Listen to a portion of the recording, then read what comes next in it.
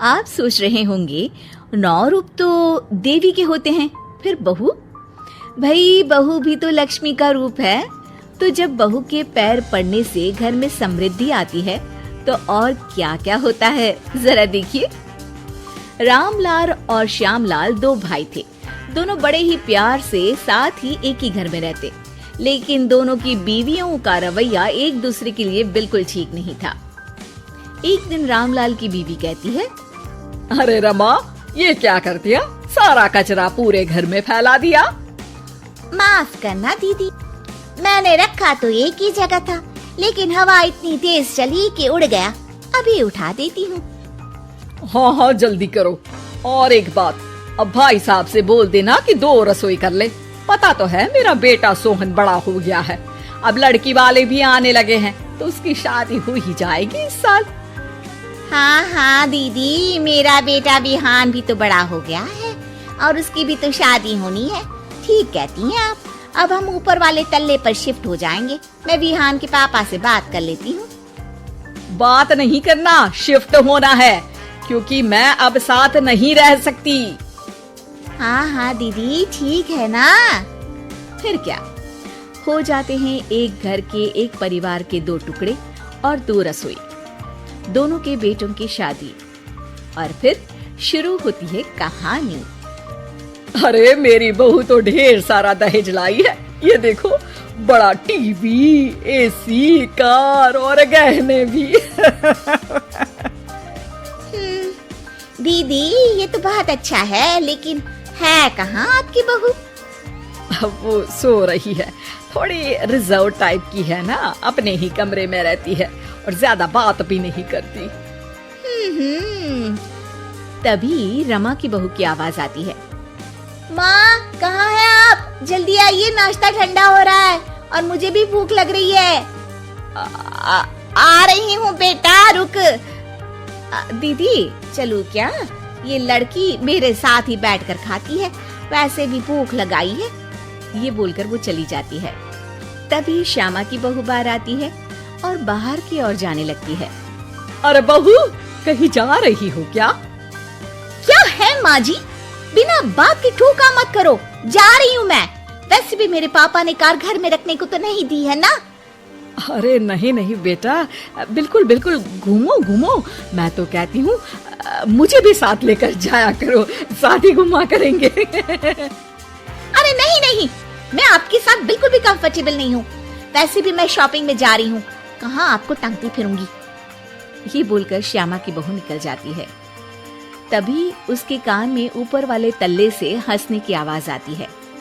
अरे ये कौन इतनी जोर जोर से हंस रहा है?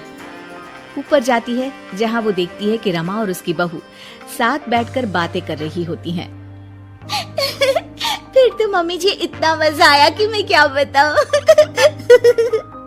हाँ हाँ बहू, सुनने में ही हंसी नहीं रुक रही। तू तो वहाँ मौजूद थी। तभी दोनों की नजर श्यामा पर पड़ती है। अरे ताई जी आइए ना, आइए। वो उनके पैर छूती है और फिर चाय बनाकर लाती है।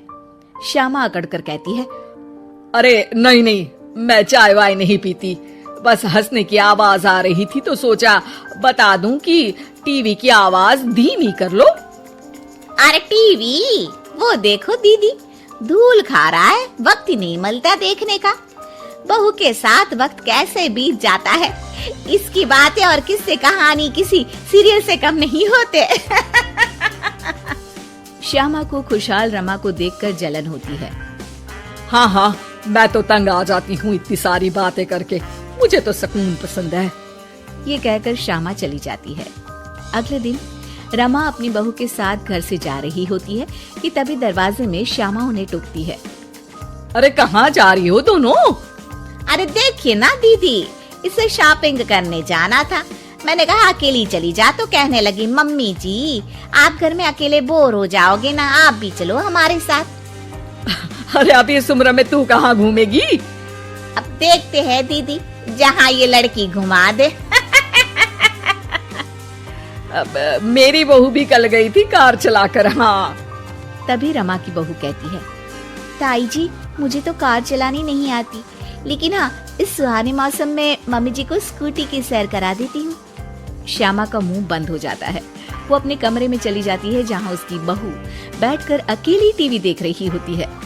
बहू, तू भी कुछ बातें किया करना, मैं अकेले अकेले बोर हो जाती हूँ। तो क्या मैं यहाँ आपको एंटरटेन करने आई हूँ? देखिए मम्मी जी, मैं तो सिर्फ ये कहना चाहती हूँ कि ये टीवी मेरे पापा ने दी थी, तो ये टीवी कल तक मेरे कमरे में लग जानी चाहिए, समझिए आप? ये बोलकर वो वहाँ से चली जाती है। श्यामा सोच लेती है कि वो अब ये सारी बातें अपने बेटे को बताएगी। शाम को उसका बेटा जब घर आता है। अरे देख बेटा, तेरी बीवी सारा दिन अपने कमरे में रहती है, न बात करती है न चित। मैं बूढ़ी सारा दिन भूत की तरह अकेली घूमती रहती हूँ घर में। अरे माँ, मैं क्या बोलूं? मैंने कई बार उसे बोला कि सबके साथ उठा बैठा करो, हंसा बोला करो और मिलकर रहो, लेकिन वो कहती है कि उसका मन ही नहीं करता। अरे क्यों मन नहीं करता है? ऐसा क्या हो गया? माँ, तुझे याद है उसके पिता ने कार देने से मना कर दिया था।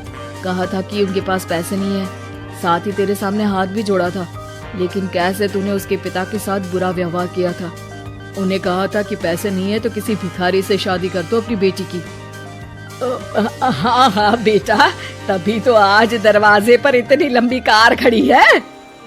बस माँ, तो अब तू उस कार से ही बात कर और उससे मन लगा, क्योंकि पिता के आंखों का आंसू आपकी बहू के दिल तक उतर चुका है और आपकी इज्जत उसकी नजर में।